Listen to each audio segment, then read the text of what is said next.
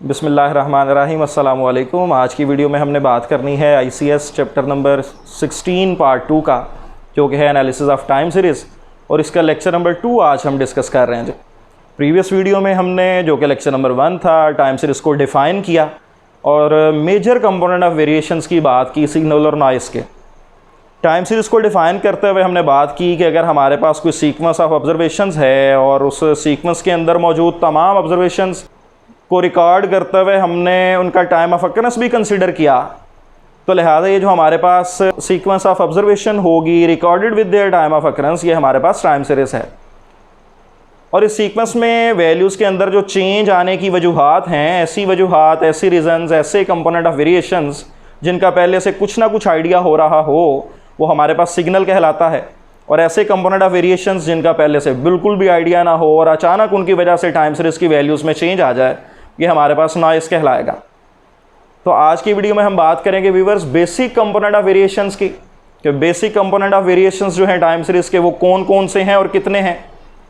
तो सबसे पहली बात कि हमारे पास बेसिक कंपोनेंट ऑफ वेरिएशंस जो हैं टाइम सीरीज़ के, ये 4 हैं जी।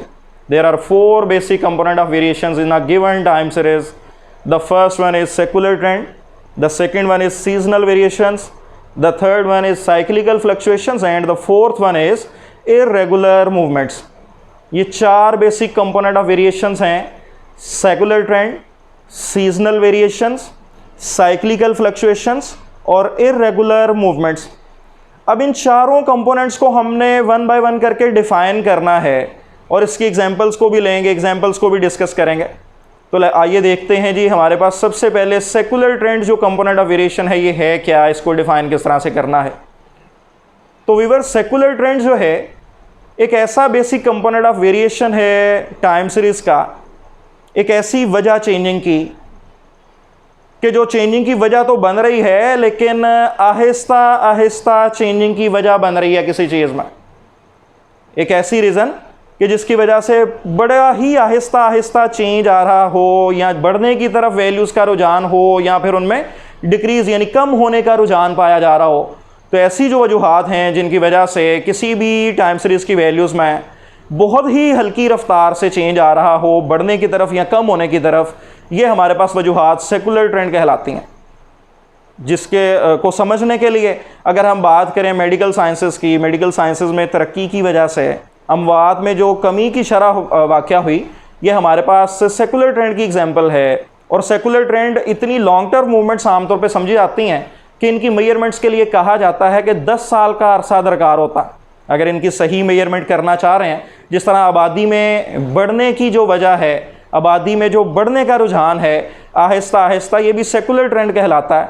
और आबादी में बढ़ने के रुझान की पैमाइश के लिए कम से कम 10 साल का अरसा दरकार होता है। और हम अपनी रोज़मर्रा लाइफ में देखते हैं, प्रैक्टिकल लाइफ में, कि मरदमशुमारी की जाती है, सेंसस किया जाता है, ताकि पॉपुलेशन में इजाफे के रुझान की मेजरमेंट की जा सके और आइडिया किया जा सके कि हमारे मुल्क की जो है आबादी में किस शरह से इजाफा हो रहा है और हमें अपने वसाइल को किस तरह से इस्तेमाल करना है बेहतर से बेहतर मैनेज करने के लिए। तो ये जो हमारे पास मरदमशुमारी है, क्योंकि ये भी 10 साल के अरसे के बाद ही हो रही है, अगर हम बहुत थोड़े थोड़े अरसे बाद इसकी मेजरमेंट करेंगे और उसकी बेस पे कोई डिसीजंस बना देंगे, तो सेकुलर ट्रेंड की ठीक तरह से मेजरमेंट नहीं हो पाएगी। ठीक तरह से हम बता नहीं पाएंगे कि इसकी वजह से क्या चेंज आ रहा है, आहिस्ता आहिस्ता किसी चीज़ में बढ़ने या कम होने का क्या रुझान पाया जा रहा है। अब अगर हम इसको इंग्लिश में डिफ़ाइन करने की कोशिश करें तो हम कह सकते हैं a general tendency to increase और decrease over a long period of time. किसी भी चीज़ में एक लंबे अरसे के दौरान आहिस्ता आहिस्ता बढ़ने या कम होने के रुझान को सेकुलर ट्रेंड का नाम दिया जाता। आइए अब देखते हैं सेकंड कंपोनेंट ऑफ वेरिएशन को, जो कि सीजनल वेरिएशन है, कि इसको किस तरह से डिफ़ाइन करना चाहिए। सीजनल वेरिएशन, जैसा कि नाम से ही जाहिर है, सीजन्स, मौसम के बदलने से टाइम पीरियड की वैल्यूज़ में चेंज आ जाना, यानी अब वजह जो है सीजन्स बन रहे हैं, तो ये सीजनल वेरिएशंस हैं। जिस तरह स्कूल ओपन्स हो रहे हैं तो स्टेशनरी की ज़रूरत पड़ रही है, स्टेशनरी की सेल में अचानक इजाफा देखने को मिल रहा है, और उसकी वजह क्या बनी? स्कूल ओपनिंग, स्कूल ओपन्स होने का सीज़न है, तो यह लिहाजा ये हमारे पास सीजनल वेरिएशन है। इसी तरह मई जून जुलाई में गर्मी में इजाफे की वजह से आइसक्रीम की सेल में इजाफा हुआ, तो लिहाजा हमारे पास ये भी क्या है? सीजनल वेरिएशन है। सर्दियों में गर्म कपड़ों की ख़रीदारी में इजाफा हो जाता है, और जो बारीक कपड़े हैं जो गर्मियों में यूज़ करने वाले हैं उनकी सेल में बहुत ज़्यादा कमी हो जाती है। तो लिहाजा ये जो कमी इजाफा हो रहा है सेल्स में, ये हमारे पास क्या है, सीजनल वेरिएशंस हैं। और अगर हम इसको डिफ़ाइन करने की कोशिश करें इंग्लिश में तो हम कह सकते हैं these are short term recurring movements. ये शॉर्ट टर्म मूवमेंट्स हैं, सेकुलर ट्रेंड के बिल्कुल बरक्स, वो तो ज़्यादा लॉन्ग टर्म मूवमेंट्स हैं, ये बिल्कुल शॉर्ट टर्म मूवमेंट्स हैं। और आमतौर पे 3-3 अरसे के बाद सीजन्स में, मौसम में चेंज की वजह से टाइम सीरीज़ की वैल्यूज़ में जो है चेंज आया करता। तो ये हमने सीजनल वेरिएशंस की वीवर्स बात कर ली। अगर हम बात करें अब साइक्लिकल फ्लक्चुएशंस की, तो साइक्लिकल फ्लक्चुएशंस वीवर्स हमारे पास क्या है, साइक्लिकल फ्लक्चुएशंस कहा जाता है लॉन्ग टर्म मूवमेंट्स को। ये भी लॉन्ग टर्म मूवमेंट्स हैं, लेकिन सेकुलर ट्रेंड की तरह बहुत ज़्यादा अरसा तो इनकी मेजरमेंट के लिए दरकार नहीं होता। आमतौर पे 4 से 5 साल का अरसा काफ़ी होता है साइक्लिकल फ्लक्चुएशंस की मेजरमेंट्स के लिए। और सेकुलर ट्रेंड में जिस तरह हमने जनरल टेंडेंसी टू इंक्रीज़ और डिक्रीज़ की बात की, तो उसमें सिर्फ बढ़ने या सिर्फ कम होने के रुझान की बात की जाती है, या पैराबोलिक ट्रेंड की भी हम बात कर लेते हैं कि एक दफ़ा बढ़ने और फिर उसके बाद कम होने के रुझान की मेजरमेंट भी की जाती है उसमें। लेकिन साइक्लिकल फ्लक्चुएशंस में इसमें चेंज आ जाता है कि these are long term upward and downward movements about a trend, कि इसमें बार बार वक्त के साथ साथ आहिस्ता आहिस्ता बढ़ने और कम होने का रुझान पाया जाता है। जैसे एक सिंगल साइकिल नहीं होता, बल्कि बार बार वक्त के साथ साथ जो है बढ़ने और कम होने के रुझान की बात इसमें की जाती है। तो इसको हमने डिफाइन कर लिया, the long term upward and downward movements about a trend, these are called cyclical fluctuations. और साइक्लिकल फ्लक्चुएशंस की अगर हम एग्जांपल की बात करें, जिस तरह हमने प्रीवियस दोनों बेसिक कंपोनेंट्स को समझने के लिए एग्जांपल्स को भी डिस्कस किया, तो इसकी एग्जांपल बहुत अच्छी एग्जांपल एक बिजनेस साइकिल की है। बिजनेस के अंदर साइक्लिकल फ्लक्चुएशंस का देखने को मिलता है, रोल जो है इंतहाई इंपॉर्टेंट है। तो लिहाजा बिजनेस साइकिल क्या होता है इसको समझने की कोशिश करते हैं व्यूअर्स। हमारे पास बिजनेस साइकिल जो है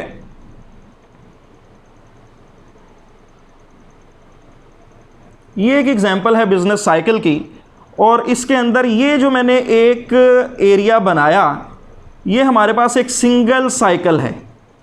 इसके आगे दूसरा साइकिल स्टार्ट हो जाता है यहाँ तक, फिर आगे थर्ड वन स्टार्ट हो जाता। अब इस साइकिल में ये जो लोएस्ट पॉइंट है व्यूअर्स, ये हमारे पास क्या कहलाता है, ये हमारे पास ट्रफ है। ये जो हिस्सा है साइकिल जहाँ पे बढ़ने की तरफ रुझान है, साइकिल का ऊपर की तरफ कर्व जा रही है, ये हमारे पास क्या है, एक्सपेंशन, यानी बिजनेस एक्सपेंड हो रहा है, एक्सपेंशन हो रही है, बढ़ता जा रहा है। तो ये हमारे पास फेज जो है ये एक्सपेंशन कहलाएगा। ये जो सबसे ऊपर वाला पॉइंट है इस साइकिल में, कि जहाँ पे कर्व जो है जाके बिल्कुल रुक गई है, उसके बाद उसका रुझान नीचे की तरफ आना शुरू हो गया, ये हमारे पास पीक कहलाती है। नाम से ही जाहिर है ये पीक है। और जहाँ पे साइकिल का नीचे की तरफ रुझान शुरू हो गया, ये हमारे पास रिसेशन कहलाता है। तो आइए अब साइक्लिकल फ्लक्चुएशंस की जो एग्जांपल है बिजनेस साइकिल की, इसको समझने की व्यूअर्स कोशिश करते हैं। हमारे पास ये जो बिजनेस साइकिल अभी आपको बनाते हुए थोड़ा सा डिफाइन किया कि किसी भी एक साइकिल के अंदर ये जो लोएस्ट पॉइंट है ये ट्रफ कहलाता है। यानी अगर इसको हम डिफाइन करें, जो कि शार्ट क्वेश्चन के हवाले से इंपॉर्टेंट एग्जांपल है, इसके बारे में पूछा जा सकता है, इन टर्म्स को डिफाइन करना आना चाहिए।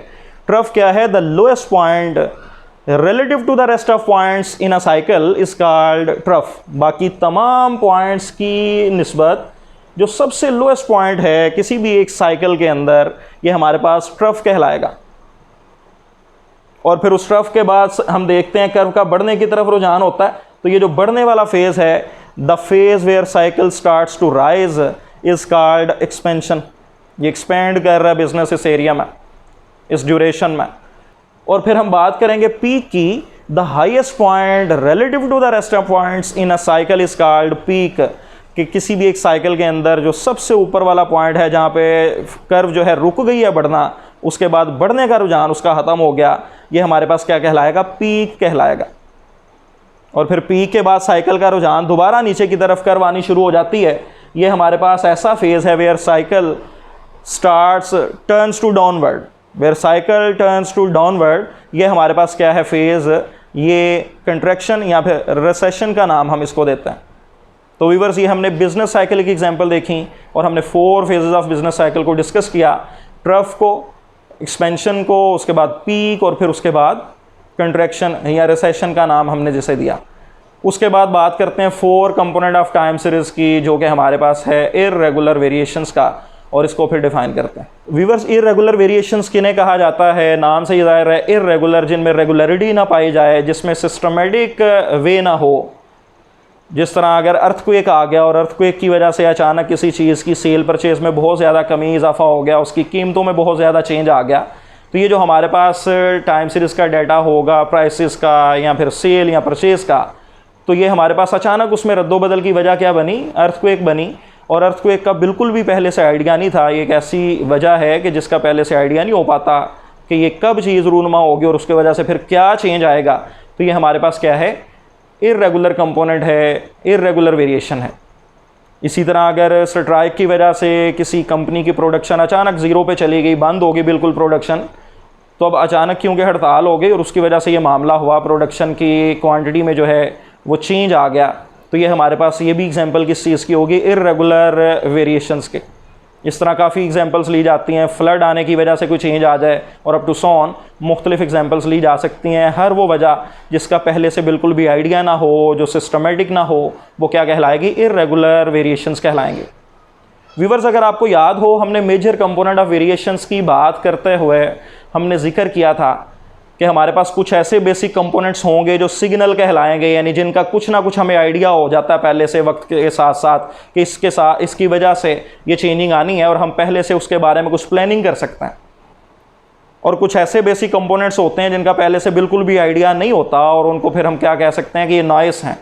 तो लिहाजा आज की लेक्चर में जो हमने बात की 4 basic component of time series की, इसमें जो फर्स्ट था secular trend, a general tendency to increase or decrease over a long period of time, ये सिग्नल है क्योंकि इसका पहले से कुछ ना कुछ आइडिया होता है। इसकी वजह से टाइम सीरीज़ की वैल्यूज़ में जो रुझान पाया जा रहा है बढ़ने या कम होने का, उसका कुछ ना कुछ हमें आइडिया मौजूद होता है पहले से, लिहाजा ये भी सिग्नल की एग्जांपल है। सीजनल वेरिएशंस, हमें पहले से कुछ ना कुछ आइडिया होता है कि फ़लाँ मंथ में जाके सीज़न चेंज होता है, मौसम में बदलाव आता है और उसकी वजह से चीज़ों की सेल परचेज़ में कमी आती है, तो लिहाजा ये भी क्या है? सिग्नल की एग्जांपल है। इसी तरह साइक्लिकल फ्लक्चुएशंस जो हैं, ये सीजनल वेरिएशंस की तरह तो नहीं, लेकिन बहरहाल ये भी प्रिडिक्टेबल मूवमेंट्स हैं। ये जो साइक्लिकल फ्लक्चुएशंस हैं, ये भी सिग्नल की एग्जांपल है, क्योंकि इसके भी फेज़ के बारे में जानते हुए हमें आइडिया होता है कि अब फेज़ में बढ़ने का रुझान है, तो लिहाजा आहिस्ता आहिस्ता बढ़ने का रुझान पाया जाएगा वैल्यूज़ में भी।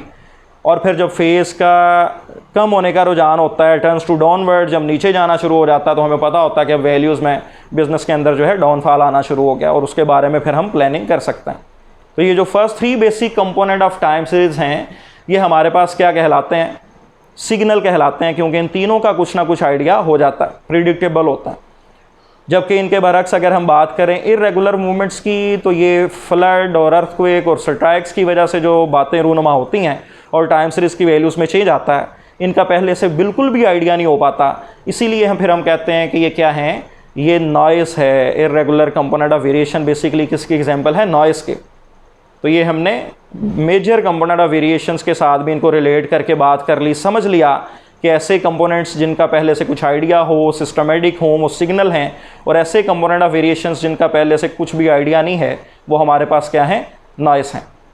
नेक्स्ट वीडियो में हम इंशाल्लाह ताला नेक्स्ट जो थ्योरी पे बात करेंगे, सेकुलर ट्रेंड की एस्टिमेशन के मेथड्स की बात की जाएगी कि कौन कौन से मेथड्स हैं जिनको इस्तेमाल करते हुए हम सेकुलर ट्रेंड की एस्टिमेशन कर सकते हैं।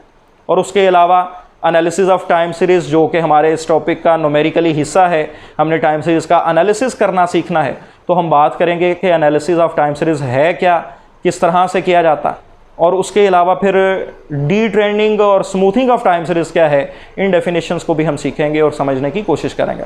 नेक्स्ट वीडियो तक के लिए इजाज़त दीजिएगा जी, बहुत शुक्रिया, अल्लाह हाफ़िज़।